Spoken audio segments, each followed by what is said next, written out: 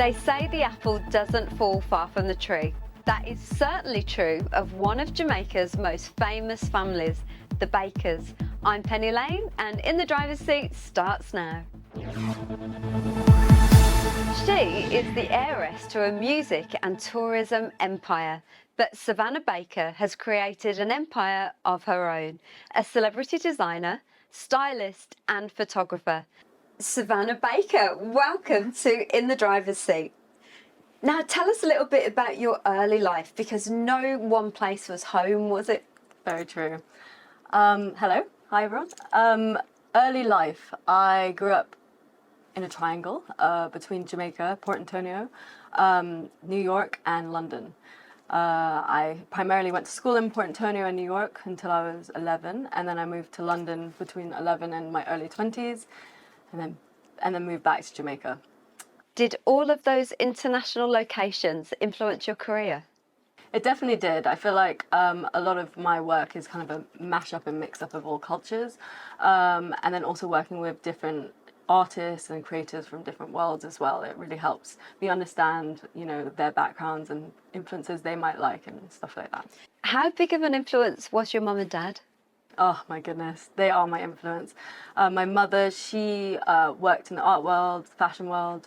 My father worked in music, so I feel like I was able to, you know, be around in many different kind of worlds, and it was really helpful. And how did you get into styling and why? I first assisted a stylist called Johnny Blue Eyes. They got Johnny Blue Eyes, love you.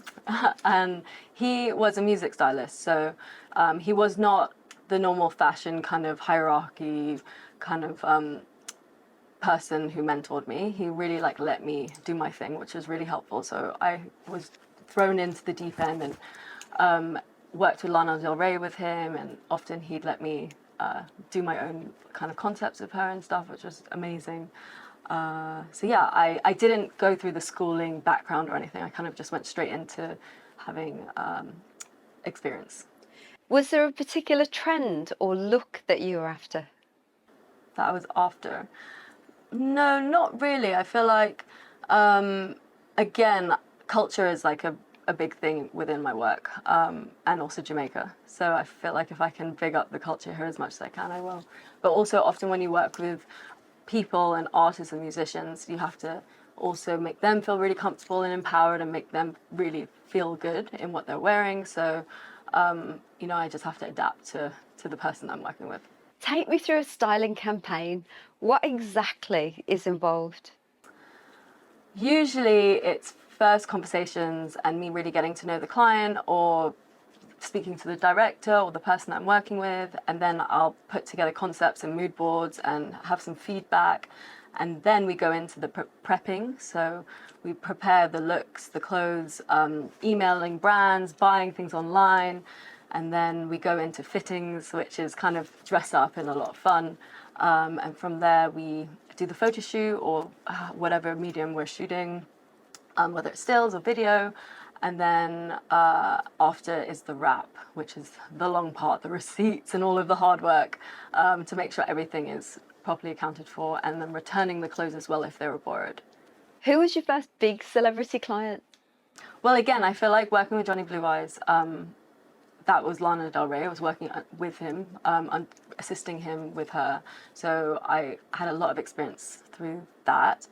And then my first celebrity client, I've been styling for 15 years, so it's actually quite hard to think, but there's quite a few in the early days. What was involved with Rihanna's Savage Fenty campaign? That was a big one because it was both fall, winter and holiday. So it was two separate campaigns over a few days, and my goodness, there was a lot of talent in that. We had from models, other known faces, and of course Rihanna. So I think that was a 3-day shoot. I had a lot of bespoke things made. I worked with a lot of designers from Central St. Martin's and younger up-and-coming designers to create kind of really avant-garde looks, like furry sandals and like glass pieces and very obscure things, just so it was more of an art conceptual campaign versus just things that we could just buy. Do you always do the photography after the styling? Well, that's a kind of different thing. So the photography is more like when I just need to have a creative, like just fully me. I have no clients telling me what to do, and the photography is just kind of me coming up with the 360 of it all. So I would say again, I'll do the same thing. I'll do a mood board, and come up with the concept of what I want to do, and then I'll see it come alive with the styling. So are you a better stylist or photographer? Oh, well, I would say most people come to me for styling, but my love is photography. So I'm hoping once I'm working on a body of work, an exhibition called Search My Heart. So I'm hoping once that's out, people will come to me more for photography. Why use Jamaica and Jamaican culture in your styling? I think because I grew up here. Most of my life, Jamaica's my home. So I would say that's really it. And just the people and, the landscape and everything Jamaica is just it's so inspiring. As you can see, I'm very colourful, and I definitely get this from Jamaica. So that's also my styling and my work. Tell us about working with Katy Perry. Katy Perry, she was funny. She was cool. Very different. She's just very light-hearted, always joking. It was a very smooth shoot, actually. She's a great person, and I don't have anything really bad to say about her. And what about Damian Marley? Oh, he was great. Damian Marley, very righteous. His mother was actually on set as well. I saw you interviewed her, who was also so lovely. We shot at his home where he grew up in Stony Hill, so it was kind of a really meaningful shoot. And he doesn't usually work with stylists, so it was also, I feel like, a big collaboration, but something he was getting used to as well. As a young businesswoman, how do you gauge success? I think just through happiness, to be honest. If you're happy with what you're doing, I think that's very successful. And who would you really love to work with? Who would I really love to work with? That is a great question. I would love to work with Erykah Badu. I feel like that would be I love her style. I don't know what I would do because she's already so iconic and she's done so much. But I would love to work with her. And I guess just more Jamaican artists. I like working with people that I can really like grow their look. So, come up with things that they might not do, but it feels really natural. So, yeah. But I'm also kind of moving away from music. So maybe it would be more a fashion brand. How would you feel about running all of this, the Baker music and resort empire? I feel like I have my foot in the empire, meaning I do a lot of the creative stuff, the art in the rooms and stuff, but I'm not sure if I would run the whole thing by myself, but I would do it with a family. So again, we all have our parts that we give to the empire.